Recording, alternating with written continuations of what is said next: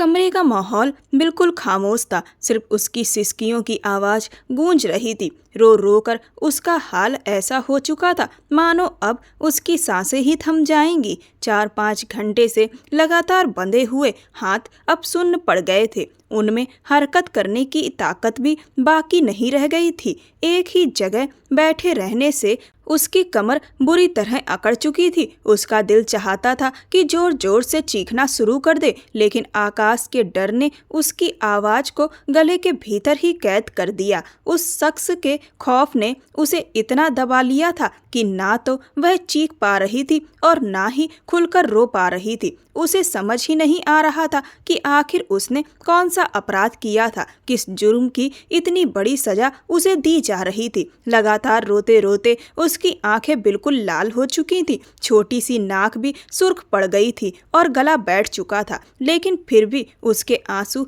रुक नहीं रहे थे। उसे लग रहा था जैसे ये कैसी जिंदगी है जिसमें खुशियों से ज्यादा दर्द और तकलीफ है। उसने मन ही मन सोचा, ऐसी जिंदगी से तो मर जाना ही अच्छा है, और फिर से अपने घुटनों में सिर रखकर रोने लगी। बहुत देर तक रोने की वजह से अब उसका सिर भी भयंकर दर्द करने लगा था। अभी कुछ देर बाद कमरे का दरवाजा खुला और वह आदमी अंदर आया। 4-5 घंटे के सफर ने उसे थका दिया था और थोड़ी नींद लेने के बाद अब वह उसकी हालत देखने चला आया था। जब उसने उसे देखा तो वह अभी भी आंसुओं में डूबी हुई थी और बहुत दयनीय लग रही थी, लेकिन सामने खड़े आकाश पर उसका यह हाल जरा भी असर नहीं कर पाया। उल्टा उसके चेहरे पर तंज भरी मुस्कान आ गई। वह आगे बढ़कर उसके पास आकर बैठ गया और बोला, कैसी हो मेरी दुल्हन? मैं अभी नींद से उठा हूँ और सोचा कि तुम्हारा हाल चाल जान लूं। वह घबराई हुई आंखों से उस आदमी को देख रही थी। उसकी बातें उसे बिल्कुल पसंद नहीं आ रही थी। उसका इतना पास बैठना ही उसके दिल की धड़कनें तेज कर रहा था। आकाश ने आगे बढ़कर उसके हाथ पांव की रस्सियां खोल दी। लंबे समय तक बंधे रहने की वजह से उसकी कलाई और टांगें लाल पड़ चुकी थी। आकाश ने फिर तंज कसते हुए कहा, अगर तुम जाना चाहो तो जा सकती हो। वह बेबसी से दरवाजे को देखने लगी, लेकिन उस ऊंचे मजबूत दरवाजे को खोलना आकाश की मौजूदगी में उसके बस की बात नहीं थी। उसे समझ आ रहा था कि वह उसकी बेबसी का मजाक उड़ा रहा है। उसने आगे कहा, मुझे लगता है तुम्हें आज जाने की जरूरत नहीं है। आज रात तो तुम मेरे पास ही रुकोगी। इतनी जिल्लत और मुश्किल के बाद अगर आकाश उसे कुएं में छलांग लगाने को कह देता तो वह बिना सवाल जवाब के कर देती, लेकिन उसकी यह बात सुनकर उसकी जान सूख गई थी। वह अच्छी तरह जानती थी कि आकाश किस किस्म का आदमी है और उसके साथ एक रात बिताना उसकी जिंदगी को कितने अंधेरे में धकेल सकता है। यही वजह थी कि वह बस रोते हुए डर से कांपती आंखों से उसे देखने लगी।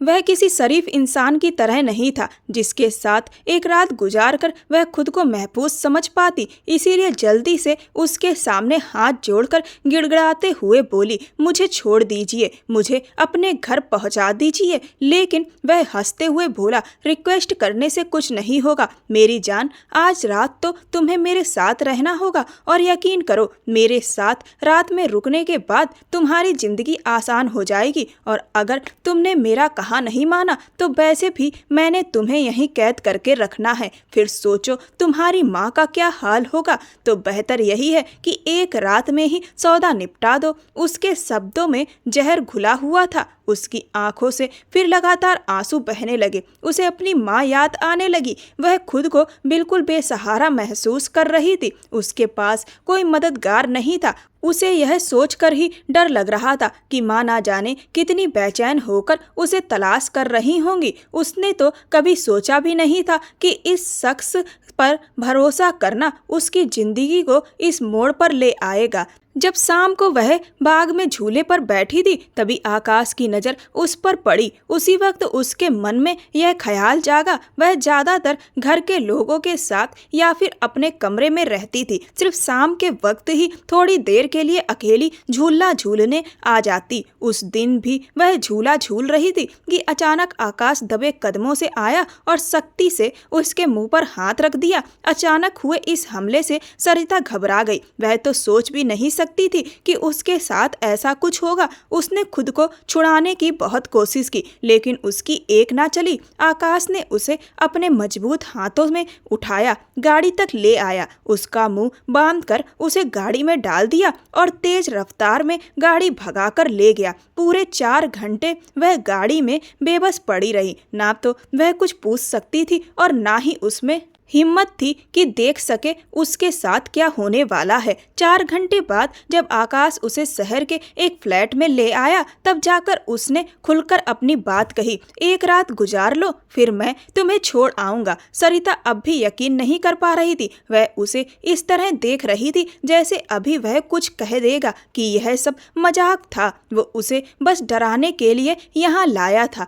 आखिर वह उसका पड़ोसी था, उम्र में उससे 6 साल बड़ा था। उसने कभी सोचा भी नहीं था कि वही इंसान एक दिन उसकी जिंदगी का सबसे बड़ा डर बन जाएगा। सरिता को विश्वास ही नहीं हो रहा था कि यह वही शख्स है जो कभी उसके घर आता और सबसे बड़े कायदे से बात करता, और आज उसी की आंखों में पागलपन और बदले की आग जल रही थी। उसका दिल चाहता था कि वह चीख कर कह दे, मैं तुम्हारे अपने गांव की इज्जत हूँ, मैं तुम्हारी पड़ोसी की इकलौती बेटी हूँ, लेकिन उसके पास इतनी हिम्मत ही नहीं थी। वह समझ ही नहीं पा रही थी कि आखिर उसने ऐसा क्या कर दिया था जिसका बदला आज उसे इस तरह झेलना पड़ रहा है। आकाश के जहर भरे लहजे और उलझे हुए वाक्यों ने उसके मन मस्तिष्क को हिला दिया था। वह बिल्कुल टूट चुकी थी, लेकिन उसकी समझ में कुछ भी नहीं आ रहा था। वह जितना चीखती चिल्लाती उतना ही सहम कर मासूम गुड़िया की तरह उसकी आंखों में देखकर रोने लग जाती। आकाश ने गुस्से से दांत भींचते हुए कहा, अब तुम्हें अंदाजा हो रहा होगा कि मोहब्बत छीन लेने का अंजाम क्या होता है। मैं तुमसे अपनी मोहब्बत के बदले तुम्हारा सम्मान छीन लूंगा, ताकि तुम भी सारी जिंदगी मेरी तरह बदनाम होकर जियो और तुम्हें पता चले कि यह आग जब जिंदगी में लगती है तो रूह तक जला डालती है। मुझे तुम पर तरस नहीं आ रहा, तुम्हारी आंखों से बहते हुए आंसुओं को देखना भी मुझे नफरत लग रहा है, बिल्कुल उसी तरह जैसे तुम्हें मुझ पर तरस नहीं आया था और तुमने मुझसे मेरी मोहब्बत छीन ली थी। उसका लहजा सख्त और टूटा हुआ था। उसके चेहरे की सुर्खी और आंखों में जलती हुई आग से सरिता को अंदाजा हो रहा था कि वह कितना टूटा और बिखरा हुआ इंसान बन चुका है, लेकिन फिर भी उसकी समझ में यह बात बिल्कुल नहीं आ रही थी कि वह किस मोहब्बत की बात कर रहा है। सरिता को तो यह तक नहीं पता था कि आकाश की जिंदगी में कोई और लड़की थी या नहीं। उसने कब और कैसे उसकी मोहब्बत छीन ली, यह सोचकर ही सरिता का दिमाग सुन्न हो गया। शायद किसी अनजाने गुनाह की सजा वह भुगत रही थी। यह सोचते हुए उसने एक बार फिर बेबसी से आंसू बहा दिए। उसके पास इसके अलावा कुछ करने की ताकत ही नहीं थी।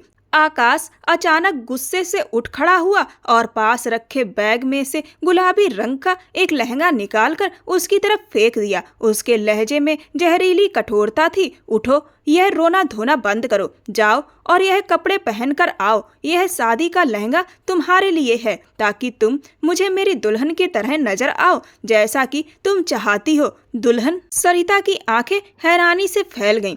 उसने कांपती आवाज में कहा, लेकिन मैं तो आपको अपना सिर्फ पड़ोसी समझती हूँ, आप तो मुझसे बड़े भी हैं। उसकी मासूमियत भरी यह बात सुनकर आकाश का गुस्सा और भी भड़क गया। उसकी आंखों की लालिमा और भी गहरी हो गई। वह तड़प कर चिल्लाया, तुम मुझे पड़ोसी समझती हो, लेकिन मैं तुम्हारा सिर्फ पड़ोसी हूँ नहीं, और वैसे भी कुछ ही वक्त के बाद हमारे बीच ऐसा रिश्ता बन जाएगा कि तुम मुझे पड़ोसी समझना हमेशा के लिए भूल जाओगी। और फिर आकाश ने मायने भरे लहजे में कहा, और फिर रात गुजारने के बाद तो बिल्कुल नहीं। उसकी बात सुनकर सरिता के दिल की धड़कन और तेज हो गई। वह बस हैरत से उस बेपरवाह और बदतमीज इंसान को देख रही थी जिस पर किसी भी बात का रत्ती बराबर असर नहीं हो रहा था। आकाश ने गुस्से से तड़पते हुए कहा, अब यूं ही मेरा मुंह देखती रहोगी या जाओगी भी? उसके बरसने से पहले ही सरिता जल्दी से वॉशरूम में चली गई।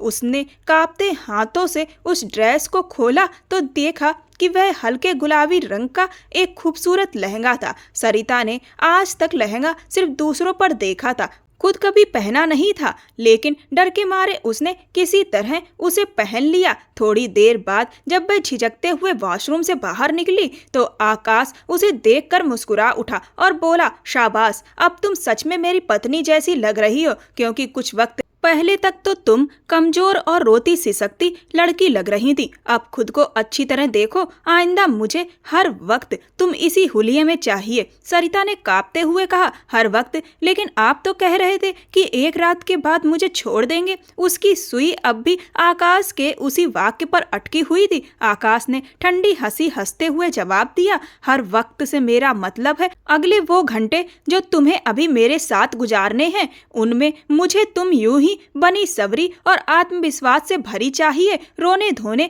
या किसी तरह का ड्रामा करने की बजाय तुम्हें खुश होकर मेरे साथ शादी करनी होगी। अगर तुमने किसी तरह का नाटक किया तो याद रखना मैं तुम्हारे साथ क्या कर सकता हूँ। वैसे भी तुम्हें मेरा एहसान मानना चाहिए कि मैंने तुम्हें अपमानित करने की बजाय शादी का सहारा लिया है और सुबह मैं तुम्हें छोड़ दूंगा। उसके सख्त लहजे और तीखे शब्द सरिता के दिल को तीर की तरह चीर रहे थे, लेकिन वह बेबस थी। सिर झुकाकर खामोशी से उसकी बातें सुनती रही। आकाश गुस्से से दरवाजा पटक कर बाहर चला गया। जैसे ही वह बाहर गया, सरिता ने चारों ओर मदद ढूंढने की कोशिश की। तभी उसकी नजर खिड़की पर पड़ी। वह तेजी से वहां गई और खिड़की खोलकर बाहर झांकने लगी। देखकर हैरान रह गई। बाहर तो अच्छी खासी आबादी और लोगों की आवाजाही थी। उसे थोड़ा सहारा मिला कि शायद वहां से मदद ली जा सकती है। यही सोचकर उसने पूरी ताकत से चीखना और पुकारना शुरू कर दिया, लेकिन उसकी आवाज बहुत कमजोर थी। सड़कों के शोरगुल में उसकी चीख दबकर रह गई। शायद सड़क तक वह आवाज पहुंची भी ना हो, लेकिन आकाश के कानों तक जरूर जा पहुंची और यही उसके गुस्से को और भड़काने के लिए काफी था। आकाश तेजी से कमरे में लौटा और आकाश को देखकर उसकी जान सूख गई। उसे एहसास हो गया कि उसने खुद अपने लिए आफत बुला ली। आकाश उसके करीब आया, उसे जोर से बाजू से पकड़कर झचकोड़ते हुए बोला, आखिर क्यों बार बार मुझे मजबूर कर रही हो कि मैं तुम पर गुस्सा करूं? मैं चाहता हूं कि तुमसे प्यार से अपना बदला लूं, लेकिन शायद तुम्हें यह सब अच्छा नहीं लग रहा। तुम चाहती हो कि मैं तुम्हारे साथ वही सुलूक करूं जो मैं करना नहीं चाहता। सरिता को ऐसा लग रहा था जैसे अभी और इसी वक्त उसकी जान निकल जाएगी। वह लड़खड़ाते हुए लहजे में बोली, नहीं, मैंने तो कुछ भी नहीं किया। आपको गलतफहमी हुई है। और वह झूठ भी उतनी ही बेबसी से बोल रही थी कि सामने खड़ा शख्स एक तंजिया मुस्कुराहट उछालते हुए उसे घूरने लगा। उसने कहा, मुझे तुम पर जरा भी रहम नहीं आ रहा और ना ही मैंने कोई ऐसा सिरा छोड़ा है जिससे तुम यहाँ से बचकर निकल जाओ। तुमने मुझसे मेरी मोहब्बत छीनी है और उसका बदला तुम्हें चुकाना पड़ेगा। सरिता ने हैरत से उसकी ओर देखा और बोली, कैसी मोहब्बत? ये कैसी बातें कर रहे हो आप? मुझसे मैं कुछ भी नहीं जानती। लेकिन आकाश पर उसकी बातों का कोई असर नहीं हो रहा था। थोड़ी ही देर में कमरे में एक वकील जी रजिस्टर उठाए दाखिल हुए और उनके साथ 2 और लोग मौजूद थे। आकाश ने उन्हें पास बैठने का इशारा किया। सरिता झिझकते हुए बैठ गई। आकाश की इजाजत के बाद शादी की रस्म शुरू हुई। सरिता बस खामोशी से अपनी किस्मत के बदलते फैसले को देख रही थी। उसे उस वक्त अपने माँ बाप बहुत याद आ रहे थे। ना जाने किस तरह उसने अपने आंसुओं को रोके रखा था। जब वकील जी ने उससे उसकी सहमति पूछी तो उसने खामोशी से सिर झुका दिया। कांपते हुए हाथों से विवाह रजिस्टर पर हस्ताक्षर किए और 2 आंसू उसकी पलकों की कैद तोड़कर बह निकले। वह तो सोच भी नहीं सकती थी कि इतनी जल्दी उसके साथ ऐसा सब कुछ हो जाएगा। उसने पलकें उठाकर आकाश को देखा जो हल्की सी मुस्कान के साथ खड़ा था, लेकिन वह यह नहीं जानती थी कि इतने गिरने के बावजूद भी आकाश के बदले की आग ठंडी नहीं हुई है, बल्कि उसके भीतर बदले की आग इतनी गर्म है कि वह सब कुछ राख कर सकती है। सरिता जानती थी कि अब कोई उसकी बेगुनाही का सबूत देने वाला नहीं होगा। कोई यह गवाही नहीं देगा कि वह आकाश से शादी करके इस घर में आई है। हो सकता है उसे ही घर से निकाल दिया जाए। और जो 2 गवाह उस वक्त मौजूद थे वो भी आकाश के ही लोग थे और उसी की तरह सख्त दिल। कुछ देर बाद वे लोग बाहर चले गए और अब कमरे में सिर्फ वह और आकाश अकेले थे। उसका दिल धड़क रहा था और खौफ से उसका पूरा शरीर कांप रहा था। जब आकाश उसकी ओर बढ़ा तो वह डर के मारे पीछे हटने लगी। उसने उसे अपने मजबूत हाथों से पकड़ लिया। तो इसी बीच इससे पहले कि आकाश कोई और कदम बढ़ाता, दरवाजे पर जोर जोर से दस्तक होने लगी। दोनों चौंक कर दरवाजे की तरफ देखने लगे। दस्तक इतनी भरपूर थी कि एक पल के लिए आकाश भी घबरा गया और नाराजगी से दरवाजे को देखने लगा। ना जाने कौन था जो इतनी जोर से दरवाजा पीट रहा था। आकाश ने एक सख्त नजर दरवाजे पर डालने के बाद अपना हथियार संभाला और सरिता को साइड में हट जाने का इशारा किया। दरवाजे की तरफ आकाश बढ़ने ही वाला था और सरिता को उसकी सख्त पकड़ से थोड़ी सी मोहलत मिली तो वह खुद को अपनी ही बाहों में समेटने लगी। तभी अचानक से ही एक कड़क और सख्त आवाज सुनाई दी। यह उसके बाबा जी की आवाज थी जो किसी तरह उसकी मदद के लिए वहां पहुंच चुके थे। सरिता को तो अपने कानों पर यकीन ही नहीं हो रहा था कि इस घुटन भरे माहौल में बाबा जी की आवाज उसके कानों से टकरा रही है। दरवाजे पर खड़े हुए बाबा जी आकाश को सख्त नजरों से घूर रहे थे। सरिता धीरे धीरे डरते हुए उनकी तरफ बढ़ी और फिर अचानक दौड़कर उनके सीने से लग गई। बाबा जी भी सरिता को इस हालत में देखकर दंग रह गए, जैसे अंदाजा लगाने की कोशिश कर रहे हों कि आखिर वह यहाँ कर क्या रही है। सरिता को ऐसा लग रहा था जैसे वह कोई अच्छा सा सपना देख रही है। जब आकाश उसे यहाँ ले आया था तो किसी को भी पता नहीं था कि वह उसे कहाँ ले जा रहा है और ना ही किसी ने यह सोचा था कि सरिता उसके साथ है भी या नहीं। लेकिन बाबा जी का अचानक आना उसके लिए ऐसे था जैसे कोई मदद मिल गई हो। आज तक वह बाबा जी को सिर्फ गांव के सख्त मिजाज मुखिया के रूप में जानती थी, लेकिन इस पल उन्हें अपने लिए मददगार मान रही थी। आकाश भी हैरान और परेशान नजर आ रहा था। बाबा जी ने गुस्से से भरी नजरों से उसे देखते हुए कहा, ये सब क्या देख रहा हूँ मैं? तुम्हारी इतनी हिम्मत कि गांव की लड़कियों पर हाथ डालो, तुम्हें जरा भी शर्म नहीं आई? गांव की लड़की पर हाथ डालते हुए उस वक्त बाबा जी के सीने से लिपटी सरिता बेइंतहा रो रही थी और उनके गुस्से को देख आकाश भी घबरा गया। उसके चेहरे पर शर्मिंदगी और हिचकिचाहट साफ झलक रही थी। उसने गिड़गिड़ाते हुए कहा, आप गलत समझ रहे हैं बाबा जी, ऐसा बिल्कुल भी नहीं है, बल्कि ये लड़की खुद मुझसे शादी करना चाहती है और मेरे पीछे यहाँ तक आई है। लेकिन यह आकाश का गढ़ा हुआ झूठ था जिस पर बाबा जी ने जरा भी भरोसा नहीं किया। उन्होंने सख्त लहजे में कहा, मैं किसी और के बारे में यह बात मान भी लूं, लेकिन इस लड़की के बारे में नहीं। और सबसे बड़ी बात, मैं तुम्हारी फितरत को अच्छी तरह जानता हूँ। मैं अब तक चुप रहा क्योंकि सोचा कि जवानी है, रोक टोक नहीं करनी चाहिए। लेकिन आज़ादी देने का मतलब ये नहीं होता कि तुम अपने ही गांव की इज्जत पर हाथ डालो। बाबा जी के गुस्से को देखकर आकाश खामोश हो गया, लेकिन उसके दिल में सरिता के लिए नफरत और बढ़ गई थी। तभी बाबा जी की आवाज और भी सख्त हो गई, आज तक मैंने किसी के साथ भी गलत नहीं होने दिया और आज मेरे अपने ही खून ने इतना बड़ा जुर्म किया है। आकाश, जिस लड़की की इज्जत पर तुमने हाथ डाला है, अब तुम्हें सारे समाज के सामने उसे अपनाना होगा, वरना मैं तुम्हें कभी माफ नहीं करूंगा। बाबा जी की बात सुनकर आकाश हक्का बक्का रह गया। वह जानता था कि उसके बाबा हमेशा औलाद की मर्जी को अहमियत देते थे और कभी भी अपनी मर्जी उन पर थोपते नहीं थे। लेकिन आज हालात ऐसे थे कि उन्होंने अपनी सख्त मर्जी उस पर थोप दी थी। आकाश के लिए यह किसी सजा से कम नहीं था। जबकि सरिता के दिल पर बाबा जी की बातों से एक सुकून भरी ठंडक उतर आई। वह तो कभी सोच भी नहीं सकती थी कि वे उसे इतनी इज्जत देंगे, उस शख्स के नाम पर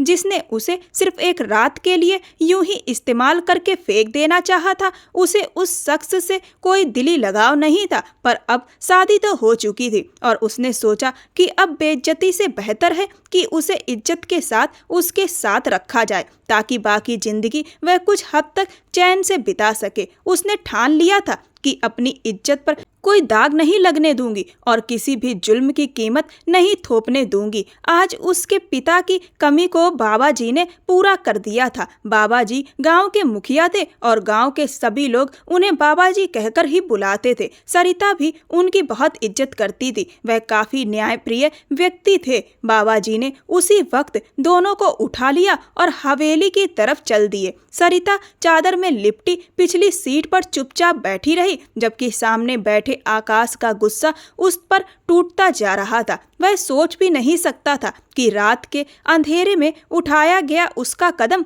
बाबा जी की नजरों में कैसे आ गया। हर बार वह उस लड़की की वजह से हार मानता था, लेकिन अब वह हारना नहीं चाहता था। उसने ठान लिया था कि वह उसे ऐसी सजा देगा जिसे वह जिंदगी भर नहीं भूलेगी। इस सब के पीछे जो साजिश और प्लान बने थे वे उसका अपना था, फिर भी वह मासूम लड़की के ऊपर थोपकर गुस्सा कर रहा था। बाबा जी की मौजूदगी ने सरिता के दिल पर एक सुकून की तरंग गिरा दी। जब आकाश ने डरते हुए कहा कि उसे फिक्र नहीं करनी चाहिए क्योंकि उसने उससे शादी कर ली है और वह उसके साथ कुछ भी गलत नहीं करेगा, तो बाबा जी ने कड़क स्वर में कहा कि यह बात तुम्हें बताने की जरूरत नहीं है। मैं तुम्हारी फितरत जानता हूँ, पर आज तक मैंने किसी की इज्जत को ठेस नहीं पहुँचने दी। आज तुम्हारे इस कदम का हिसाब होगा। जो लड़की की इज्जत पर हाथ डाला है उसे अब तुम्हें सबके सामने अपनाकर इज्जत से रखना होगा, वरना मैं तुम्हें कभी माफ नहीं करूँगा। आकाश उन शब्दों को सुनकर थर्राया। वह जानता था कि बाबा जी हमेशा बच्चों की मर्जी का सम्मान करते हैं, पर आज उन्होंने अपनी मर्जी थोप दी थी। बाबा जी की सख्ती ने उसे चुप करा दिया। हवेली के पास पहुंचते ही बाबा जी ने एक बार समझाया कि यह मामला किसी के सामने नहीं फैलाना है। वो लोगों को बुलाकर धूमधाम से शादी कराएंगे और फिर सब कुछ ठीक हो जाएगा। सरिता के लिए यह सब एक बुरे ख्वाब से जागने जैसा था और वहीं आकाश, जिसे वह अपना अच्छा पड़ोसी समझती थी, वही आज उसका अपमान करने वाला निकला। पहले तो वह सोचती थी कि अब उनसे कोई रिश्ता नहीं रखेगी, पर शादी हो चुकी थी और सामाजिक तौर पर आकाश उसका पति ही माना जाएगा और गांव में तलाक जैसी चीज को अच्छा नहीं माना जाता था। जिन लड़कियों का तलाक हो जाता है उन्हें इज्जत की नज़र से नहीं देखा जाता है और सरिता बहुत ज्यादा पढ़ी लिखी भी नहीं थी। उसे पता था कि अगर उसका तलाक हो गया तो दोबारा उसकी शादी होना बहुत ही मुश्किल होगा और वह अपनी माँ पर बोझ नहीं बनना चाहती थी। इसीलिए वह बस यह चाहती थी कि इस रिश्ते को सम्मान मिल जाए। फिर बाबा जी ने आकाश को उसके पति का दर्जा देने का फैसला किया तो आकाश के लिए उसे अपनाना ही बेहतर था। जब गाड़ी हवेली के सामने रुकी तो सबकी उम्मीदों के खिलाफ आकाश की माँ ने सबसे पहले बढ़कर सरिता को गले से लगा लिया। उन्होंने उसे कसकर गले से लगाते हुए कहा, तुम सोच भी नहीं सकती, जब तुम्हारे बाबा जी ने मुझे बताया कि वो तुम्हारा और आकाश का विवाह करना चाहते हैं तो मैं कितनी खुश हुई थी। वो बड़ी भावुकता से बोल रही थी। सरिता को सबका खूब प्यार मिल रहा था। आकाश तो अपनी सौतेली माँ और सरिता के बीच इतना लगाव देखकर ही हैरान रह गया। वो सोच रहा था कि आखिर इन दोनों के बीच इतनी नजदीकी कब से बन गई, लेकिन थोड़ी देर बाद वह गुस्से में वहां से निकल गया। उसे उन झूठी हमदर्दियों और दिखावटी प्यार से कोई मतलब नहीं था। बाबा जी ने अपने पुराने नौकर राजू को हिदायत दी थी कि शाम तक सारे इंतजाम अच्छे से कर ले और कुछ करीबी लोगों को भी बुला ले ताकि सबकी मौजूदगी में आकाश और सरिता का विवाह हो सके। सब इंतजाम बहुत जल्दी पूरे किए जा रहे थे। करीबी रिश्तेदारों को खबर कर दी गई थी और कुछ घंटों के अंदर ही घर आंगन सजा दिए गए और शादी की तैयारियां पूरी कर ली गईं। सरिता की माँ भी आ गईं। सरिता अपनी माँ की गोद में सिर रखे हुए इस पूरे वाक्य के बारे में सोच रही थी। वो तो सोच भी नहीं सकती थी कि उसकी जिंदगी में सिर्फ एक दिन में इतना बड़ा मोड़ आ जाएगा। अपनी माँ को उसने यही बताया था कि वो बाबा जी के साथ थी, जिन्होंने उसे थोड़ी देर के लिए अपने पास बुला लिया था, शाम को एक बार फिर आकाश की माँ, जिनके घर पर ये सब हो रहा था, ने उसे खास तौर पर तैयार होने के लिए कहा और इस काम के लिए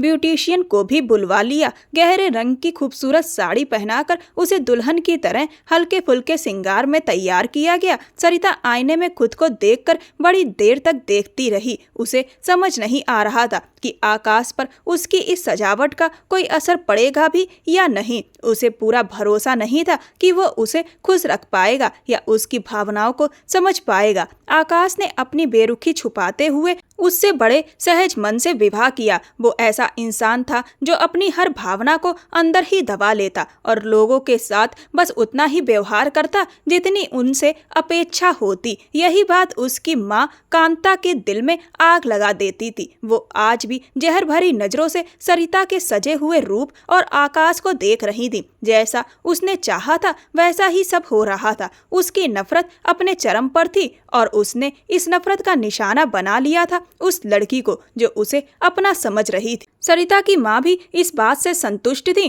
कि उनकी बेटी अच्छे घर जा रही है। उन्हें अपने मुखिया पर पूरा भरोसा था कि वो उनकी बेटी की हमेशा रक्षा करेंगे। एक ही दिन में दूसरी बार सरिता का विवाह उसी व्यक्ति से हो रहा था। इस बार विवाह के मंडप में बैठकर उसने बिना किसी झिझक और डर के विवाह किया। उसके हाथों में ना तो कोई कांपना था ना ही कोई डर। उसे अपने बाबा जी पर पूरा भरोसा था। बाबा जी ने उसके लिए भारी जेवरात भी दिए थे। ये सब देखकर आकाश का सौतेला भाई जलन से जल उठा था। ये सब उसके लिए आग में घी डालने जैसा था। आकाश नफरत भरी नजरों से सरिता को देख रहा था जो अब पूरी तरह उसकी दुल्हन के रूप में सजी हुई बैठी थी। वह सोच भी नहीं सकता था कि एक मासूम सी नजर आने वाली कम उम्र लड़की अपने स्वार्थ की खातिर इतना गिर सकती है। सरिता वही सब कुछ कर रही थी जिससे आकाश की इज्जत गहरा दाग लग चुका था। अब आकाश शिद्दत से उस पल का इंतजार कर रहा था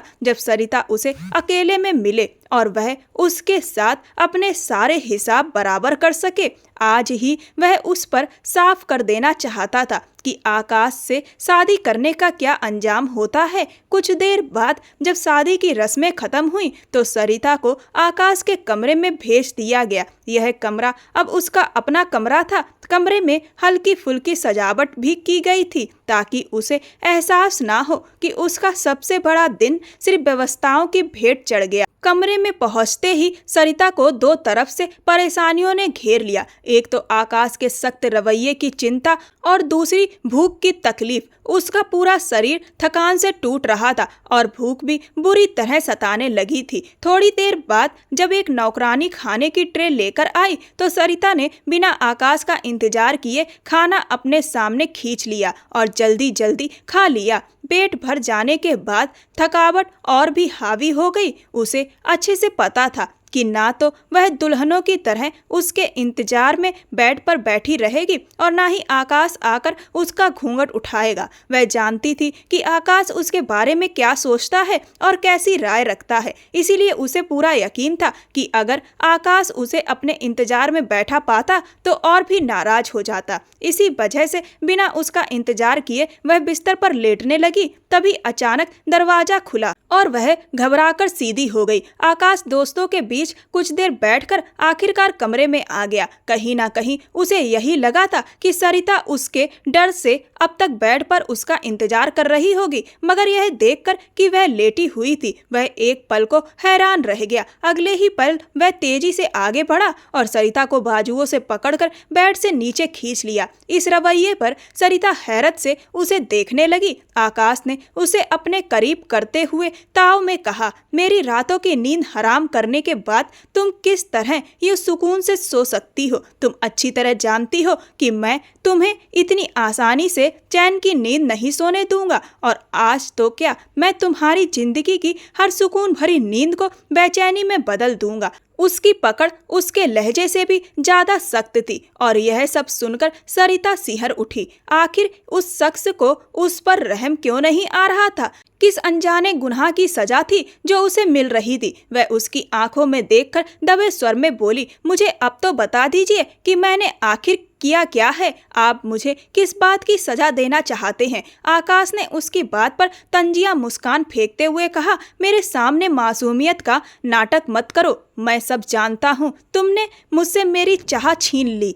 तुम और तुम्हारी वह कांता आंटी जिनके साथ मिलकर तुमने मेरी जिंदगी में जहर घोल दिया, उसकी कड़वाहट आज तक मेरे भीतर फैल रही है और अब वही कड़वाहट मैं तुम्हारे अंदर उतारूंगा। सरिता हैरत से उसे देखती रही। अब उसे पूरा यकीन हो चुका था कि सामने खड़ा शख्स कोई और नहीं बल्कि उसका पति और उसका रखवाला है। इसीलिए उसने ठान लिया कि वह उसके भीतर की सारी गलतफहमियां मिटाएगी और उसकी कड़वाहट को खत्म करेगी। वह बोली, आकाश जी, पहेलियों में मत उलझाइए, साफ साफ बताइए कि आप कहना क्या चाहते हैं। आकाश गुस्से में चिल्ला पड़ा, तुमने मुझसे मेरी मोहब्बत छीनी। मैं तुम्हें नादान समझकर तुम्हारी मासूमियत पर भरोसा करता रहा, लेकिन तुम ही थी जिसने उस रात मेरे पापा के सामने जाकर आरजू की सारी सच्चाई खोल दी और उसे मुझसे दूर कर दिया। सरिता की आंखों में आंसू भर गए। वह बेबसी से बोली, ये आप क्या कह रहे हैं? कौन है आरजू? मैं तो उसे जानती तक नहीं। मैंने कभी किसी आरजू का नाम तक नहीं सुना। लेकिन आकाश कुछ भी मानने को तैयार नहीं था। उसके दिल में यही टीस थी कि आज उसकी जिंदगी में आरजू की जगह सरिता आ बैठी है। उसे लगता था कि उसी ने उसके पापा से जाकर कहा होगा कि वह आकाश की दुल्हन बनना चाहती है और इस तरह आरजू के सपनों को कुचलकर सरिता आज उसकी पत्नी बन गई। मगर वह उसे किसी भी हाल में इस रिश्ते का सुख नहीं देगा। आकाश ने कठोर आवाज में कहा, याद रखना सरिता, जो दुख तुमने मुझे दिया है वही दुख तुम मेरी नजदीकियों में झेलोगी। जब भी तुम मेरे पास आओगी मैं तुम्हें यह एहसास दिलाऊंगा कि मुझे मेरी मोहब्बत से दूर कर तुमने बहुत बड़ा गुनाह किया है। यह कहते ही वह उसकी तरफ बढ़ा और उसके बाजू पकड़कर उसे अपने करीब खींच लिया। उसके चेहरे की कठोरता सरिता को झुलसा रही थी, लेकिन इससे पहले कि वह और आगे बढ़ पाता उसकी नज़र अचानक खिड़की की ओर पड़ी। सेकंड के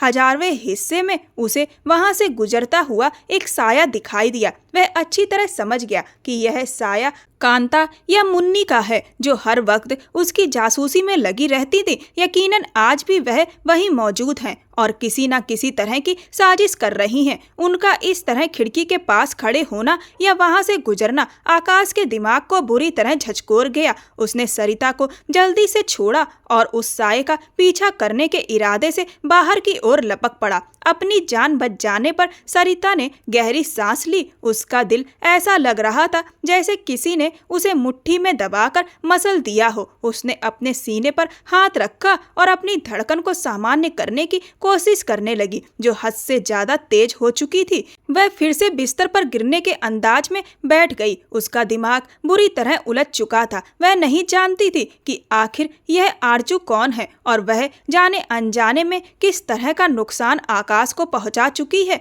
उसने तो इस पूरे घर में आरजू का नाम सिर्फ आकाश की जुबान से ही सुना था। इससे पहले तो उसे यह भी नहीं पता था कि आरजू नाम की कोई लड़की उसकी जिंदगी में है भी या नहीं। थकावट के कारण उसकी कमर अकड़ चुकी थी और सिर में भी दर्द शुरू हो गया था। वह बिस्तर पर लेट गई और सोचते सोचते कब नींद की आगोश में चली गई उसे पता ही नहीं चला। उधर जैसे ही कांता वहां से गुजरी उनके चेहरे की चमक और भी बढ़ गई थी। आज वह अपने बदले में किसी हद तक कामयाब हो चुकी थी। उनकी आंखों के सामने अब भी वह मंजर घूम रहा था जब कुछ साल पहले आकाश ने उन्हें बाबूलाल जी की नजरों में गिरा दिया था। आज उन्होंने वही बदला सूद समेत लिया था। उनके चेहरे पर एक खतरनाक मुस्कान थी। उस वक्त आकाश 17 साल का था जब उसने एक शाम अपने पिता के पास जाकर कहा था कि उनकी गैर मौजूदगी में माँ से कोई अजनबी मिलने आता है और माँ उससे फोन पर काफी बेमायने बातें करती हैं। बाबूलाल जी उस पर हैरानी से देखते रह गए पर कांता पर बेहद भरोसा करते थे। उसी भरोसे की वजह से तो उन्होंने उन्हें घर में अपनी दूसरी पत्नी बनाकर लाया था। ताकि वह उनकी अधूरी जिंदगी को पूरा करें और आकाश की मां बनकर उसका भी ख्याल रखें। लेकिन उस दिन जब आकाश ने मोबाइल में चलती हुई वीडियो उनके सामने रख दी तो उनका भरोसा टूट गया। वह सोच भी नहीं सकते थे कि जिस औरत पर उन्होंने आंखें बंद करके यकीन किया वही औरत उनकी पीठ पीछे उन्हें धोखा दे रही है। उसी रात उन्होंने कांता के साथ बेहद कठोर व्यवहार किया और उस दिन के बाद से कांता ने इस घर में अपनी इज्जत खो दी। उस रात उन्होंने ठान लिया था कि जैसे बाबूलाल जी की नजरों में उन्हें 2 कौड़ी का बना दिया गया, वैसे ही वह आकाश को उसके पिता की नजरों में गिराकर उसकी शादी ऐसी औरत से करवा देंगी जिसे देखकर वह सारी जिंदगी हीन भावना से जूझता रहेगा। आंगन में बैठी कांता के चेहरे पर खतरनाक इरादे साफ झलक रहे थे। वह खुले आसमान को घूर रही थी और उनके पीछे पीछे आकाश भी वहीं आ पहुंचा था। आकाश बचपन से ही उस औरत को बोझ समझता था। उसे लगता था कि उसी ने उसके पिता पर कब्जा किया और उन्हें उससे छीनने की कोशिश की, लेकिन उसके पिता उससे बेहद प्यार करते थे। वह बाबूलाल जी की मौजूदगी में तो आकाश के साथ अच्छा बर्ताव करती थी, लेकिन जैसे ही बाबूलाल जी घर से बाहर जाते वह सौतेली माँ बन जाती। उस हालात में आकाश ज्यादातर वक्त सरिता के माँ यानी पड़ोस की आंटी के पास ही गुजारता था। उसे अच्छी तरह याद था कि जब आरजू उसकी जिंदगी में आई थी तो उसे ऐसा महसूस हुआ था मानो आरजू के बिना उसकी जिंदगी अधूरी है। भले ही आरजू गरीब घर की लड़की थी, मगर उसकी खूबसूरती ऐसी थी कि किसी का भी दिल डगमगा जाए। आकाश को उससे मोहब्बत हो गई थी, लेकिन कांता जी ने उसके सारे ख्वाबों पर पानी फेरते हुए मुन्नी को अपने साथ मिला लिया। और जब आकाश आरजू के साथ बाग में बैठा बातें कर रहा था, कांता जी ने बाबूलाल जी से कहा कि सरिता बता रही थी कि आकाश बाग में किसी लड़की के साथ बैठा हुआ है और वह कई बार गांव की लड़कियों के साथ बाग में बैठा हुआ उसे दिखाई पड़ा है। जब बाबूलाल जी ने यह सुना कि सरिता ने ऐसा कहा है तो वह तुरंत बाग में पहुंच गए, जबकि सरिता को तो इस सब के बारे में कुछ पता ही नहीं था, बल्कि कांता जी ने ही उसके नाम का अपने स्वार्थ के लिए प्रयोग किया था। वहां आरजू के साथ जब आकाश को बाबूलाल जी ने देखा, जिसने उसके पिता को गलतफहमी में डाल दिया, वह तुरंत आकाश को घर वापस लेकर आए और घर आते ही उन्होंने आकाश को एक जोरदार थप्पड़ मारा और सारे गाँव वालों के सामने उसे बेइज्जत किया और कहा कि मैं कभी सपने में भी सोच नहीं सकता था कि तुम लड़कियों के साथ बाग में बैठते हो, वह भी एक लड़की के साथ नहीं, कई लड़कियों के साथ। आकाश ने कहा कि यह सच नहीं है। बाबूलाल जी बोले कि तुम्हें सरिता ने अपनी आंखों से देखा है अलग अलग लड़कियों के साथ बाग में बैठे हुए। आखिर तुम इतने गिरे हुए निकल सकते हो, यह मैंने कभी सोचा भी नहीं था। बाबा जी को भी यकीन नहीं हो रहा था कि आकाश इस हद तक गिर सकता है, लेकिन जब उन्होंने सुना कि सरिता ने बताया है तो उन्हें भी लगा कि इस बात में सच्चाई होगी, क्योंकि सरिता एक बहुत ही सीधी सादी लड़की थी। वह बिना बात झूठ नहीं बोला करती थी। बाबूलाल जी ने आकाश से कहा कि आज के बाद तुम मुझे उस लड़की के साथ नजर भी नहीं आने चाहिए, और उन्होंने तुरंत ही आरजू के घर वालों को खबर भिजवाई और कहा कि वह जल्द से जल्द आरजू की शादी कर दें, क्योंकि उनका बिगड़ैल बेटा उनकी बेटी की जिंदगी को खराब कर सकता है। आकाश ने लाख समझाया, मिन्नतें की, लेकिन बाबूलाल जी अपनी जिद पर अड़े रहे। पिता की जिद के आगे आकाश हार गया, लेकिन उसने अपने दिल में यह ठान लिया कि जिस लड़की ने उसकी जिंदगी में जहर घोल दिया उससे वह जरूर बदला लेगा। आरजू का पिता गरीब आदमी था। कुछ ही दिनों बाद उसने आरजू का रिश्ता अपने करीबी लोगों में तय कर दिया और वह अपने घर की हो गई। आकाश ने अपनी पहली मोहब्बत को खो दिया। यह मोहब्बत भले ही बहुत गहरी नहीं थी, लेकिन उसके दिल में कसक रह गई कि वह आरजू को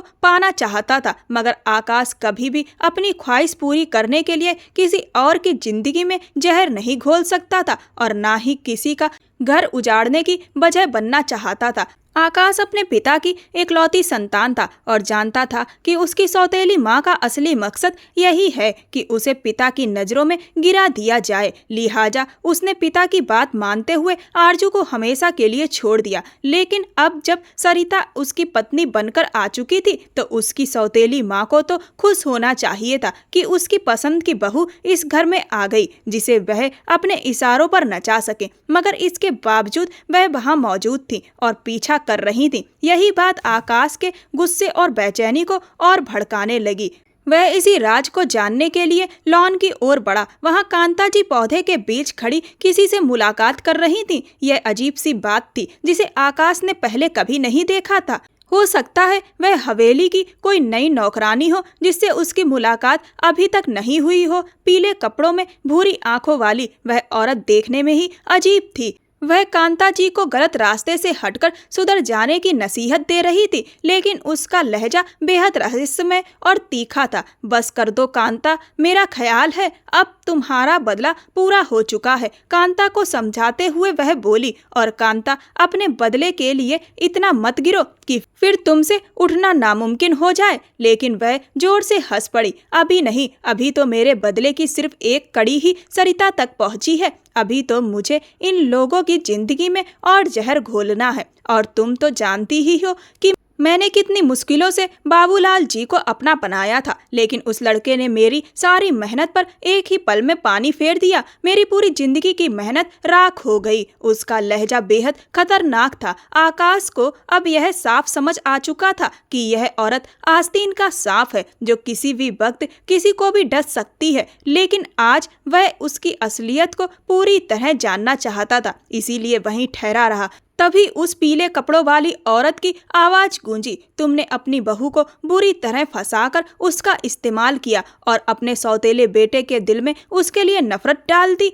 फिर तुम्हारी चाल के मुताबिक ही बाबूलाल जी वहां पहुंचे और उन लोगों को रंगे हाथों पकड़ लिया। और तुमने बाबूलाल जी को झूठ बोला कि सरिता ने बताया है कि बाग में आकाश आरजू के साथ बैठा हुआ है, और वह सिर्फ आरजू के साथ ही नहीं बल्कि कई लड़कियों के साथ बाग में बैठता है। और यह बात सरिता ने बताई है। तुम्हारी बात पर यकीन करके बाबूलाल जी ने आकाश को सबके सामने बेइज्जत किया और फिर आकाश सरिता को लेकर गया। और तुमने ही बाबा जी को यह खबर दी कि आकाश सरिता को फ्लैट पर शहर में ले गया है और फिर उनका शादी का प्रोग्राम बनाया। मेरे हिसाब से अब तुम्हारा बदला यहाँ तक पूरा हो चुका है। अब तुम्हें उस मासूम लड़की की जिंदगी में और जहर नहीं घोलना चाहिए। वह उसे बार बार समझाने की कोशिश कर रही थी, मगर वह किसी भी बात को मानने के मूड में नहीं थी। मुझे आपसे यह उम्मीद नहीं थी कि आप यहाँ आकर मुझे लेक्चर देंगी। आप जानती हैं कि मैंने शांति जी को कैसे रास्ते से हटाया और अपने लिए जगह बनाई। मुझे आज भी याद है जब उस घर में शांति जी का राज चलता था, तब मैं उस घर में सिर्फ देखभाल का काम करने वाली थी। डैशिंग से लगने वाले शांति के पति उसे शुरू से ही बहुत हैंडसम और आकर्षक लगते थे, और उनके पास अपार दौलत ने उसके लालच को और बढ़ा दिया था। उसे मालूम था कि वह हवेली का बड़ा बेटा है और घर के सारे फैसले उसी के हाथ में हैं। आकाश के जन्म के बाद शांति जी को ब्लड प्रेशर और शुगर की बीमारी हो गई थी। किसी भी छोटी बड़ी बात पर उनका ब्लड प्रेशर और शुगर बिगड़ जाता था। इसी वजह से बाबूलाल जी ने उसे वहां रखा था ताकि वह शांति जी का ख्याल रखे। लेकिन सबसे पहला जहर जो उसने बोया, उसने घर में फूट डाली, क्योंकि वह जानती थी कि जब तक घर में फूट नहीं पड़ेगी तब तक वह उनके बीच अपनी जगह नहीं बना पाएगी। उस समय तक उसका यही इरादा था कि किसी तरह शांति जी की मौजूदगी में भी घर वाले उसे अपना ले और वह उस घर में मजबूती से कदम जमा ले। मगर धीरे धीरे उसका इरादा बदलने लगा। उसे शांति जी से नफरत होने लगी। वह नहीं चाहती थी कि शांति जी उसकी सौतन बनकर जिंदा रहें, बल्कि वह तो यह चाहती थी कि शांति जी उस घर में रहे ही ना, और ना ही आकाश के पिता की जिंदगी में उनकी कोई जगह रहे। कांता जी चाहती थी कि उनके जीवन में सिर्फ और सिर्फ उन्हीं का दखल हो। लिहाजा उसने कुछ दिन पहले ही गैर जरूरी दवाइयां खिलाना शुरू कर दी। अक्सर वह उनकी असली दवाइयों को बदलकर दूसरी गोलियां दे देती। शांति जी उस पर आंख मूंद कर भरोसा करती थी। अपने इस मकसद को पूरा करने के लिए कांता ने घर के एक नौकर को भी अपने साथ मिला लिया। मुन्नी यहाँ पर एक वफादार बाई थी जो आज भी उसके सामने थी, लेकिन अब उसने तौबा कर ली थी और कांता को भी इस रास्ते से रोकने की कोशिश करती रहती थी। मगर कांता पर अब जुनून सवार था। वह इतनी जुनूनी हो चुकी थी कि सब कुछ बर्बाद कर देने के बाद भी अपनी बुनियाद को मजबूत रखना चाहती थी। जिस रोज शांति जी की तबीयत बिगड़ी उस रोज घर में कांता अकेली थी। कांता ने चालाकी से सबसे पहले बाबूलाल जी को फोन मिलाया और उन्हें घर बुला लिया। वह जानती थी कि उनके आने तक इतना वक्त लग जाएगा कि वह आराम से शांति जी को रास्ते से हटा दे। शांति जी का शुगर और ब्लड प्रेशर एकदम से बढ़ चुका था और कांता ने उनकी सारी दवाइयां उनकी पहुंच से दूर कर दी और उन्हें कमरे में बंद कर दिया। सिर्फ 1 घंटे के भीतर ही कांता की वजह से शांति जी नहीं रही। आकाश उस समय शांति जी से बहुत जुड़ा हुआ था और बाद में भी कांता अक्सर हमदर्दी दिखाते हुए बाबूलाल जी के पास आती थी, जैसे कि वह सबकी बहुत भलाई चाहने वाली हो। इसी हमदर्दी और झूठे अपनापन पर भरोसा करके बाबूलाल जी ने उसे अपनी दूसरी पत्नी बना लिया। कांता जो पहले एक नौकरानी थी, वह एकदम से हवेली की मालकिन बन बैठी। लेकिन इस ऊंचे पद पर पहुंचकर भी उसका लालच और चालाकियां कम नहीं हुई। वह लगातार वही हरकतें करती रही। जैसे जैसे आकाश बड़ा होता गया, उसे यह सब समझ में आने लगा। कांता को लगता था कि वह बाबूलाल जी को हमेशा अंधेरे में रख पाएगी और उन्हें कभी भी उसकी असलियत का पता नहीं होगा। मगर उसे यह नहीं पता था कि अब आकाश बड़ा हो रहा है और अब आकाश उसकी हर हरकत पर नजर रखने लगा है। जिस दिन कांता ने अपने किसी पुराने आशिक को हवेली में बुलाया और आकाश ने अपनी आंखों से सब देख लिया, उसी दिन उसने सारा माजरा अपने पापा बाबूलाल जी के सामने रख दिया। तब से बाबूलाल ने उनकी लाख मिन्नतें और सफाइयां सुनकर उन्हें तलाक तो नहीं दिया, लेकिन कांता का रुतबा पहले जैसा नहीं रहा। अब उसकी असलियत हवेली के हर कोने में उजागर हो चुकी थी। इसी बदले की आग में कांता ने सरिता का इस्तेमाल किया। उसने चालाकी से सरिता को आकाश की नजरों में गिरा दिया और फिर चाल चलकर बाबा जी को वहां भेजा जहां आकाश सरिता को ले गया था और उनका विवाह करवा दिया। उसका मकसद साफ था। आकाश भी उसी तकलीफ से गुजरे जिस तकलीफ से वह खुद गुजर रही थी। उसके मन में यह बात हमेशा जिंदा रहे कि सरिता ने उसे धोखा दिया और उसकी मोहब्बत को बर्बाद कर दिया। सारी हकीकत जान लेने के बाद आकाश स्तब्ध रह गया। वह सोच भी नहीं सकता था कि कांता जैसी औरत इतनी मक्कार और चालबाज हो सकती है। उसके मन में उस दिन की तस्वीरें फिर से ताजा हो गईं, जब सरिता मासूमियत से उससे रहम की भीख मांग रही थी और वह गुस्से और बदले की आग में जलते हुए उस पर जुल्म ढा रहा था। सरिता तो बिल्कुल बेगुनाह थी, लेकिन वह अपनी झूठी नफरत में उसे सजा देता चला गया। वह भारी कदमों से वापस कमरे में आया और सोफे पर बैठ गया। काफी देर तक वही बातें उसके मन में घूमती रहीं। आज उसने कितना बड़ा गलत काम किया है। शुक्र है कि वक्त रहते बाबा जी आ गए और उन्होंने सरिता को बचा लिया, वरना जाने वह अपने गुस्से में उस लड़की के साथ क्या कर बैठता। बिस्तर पर सरिता मासूमियत से सो रही थी। उसके चेहरे से झलकती सादगी ने आकाश का दिल पिघला दिया। अनजाने ही उसकी आंखों में एक हल्की मुस्कान आ गई। वह धीरे धीरे उठकर सरिता के पास गया और उसका सर सहलाने लगा। एक सुकून भरा एहसास उसके भीतर उतरता चला गया।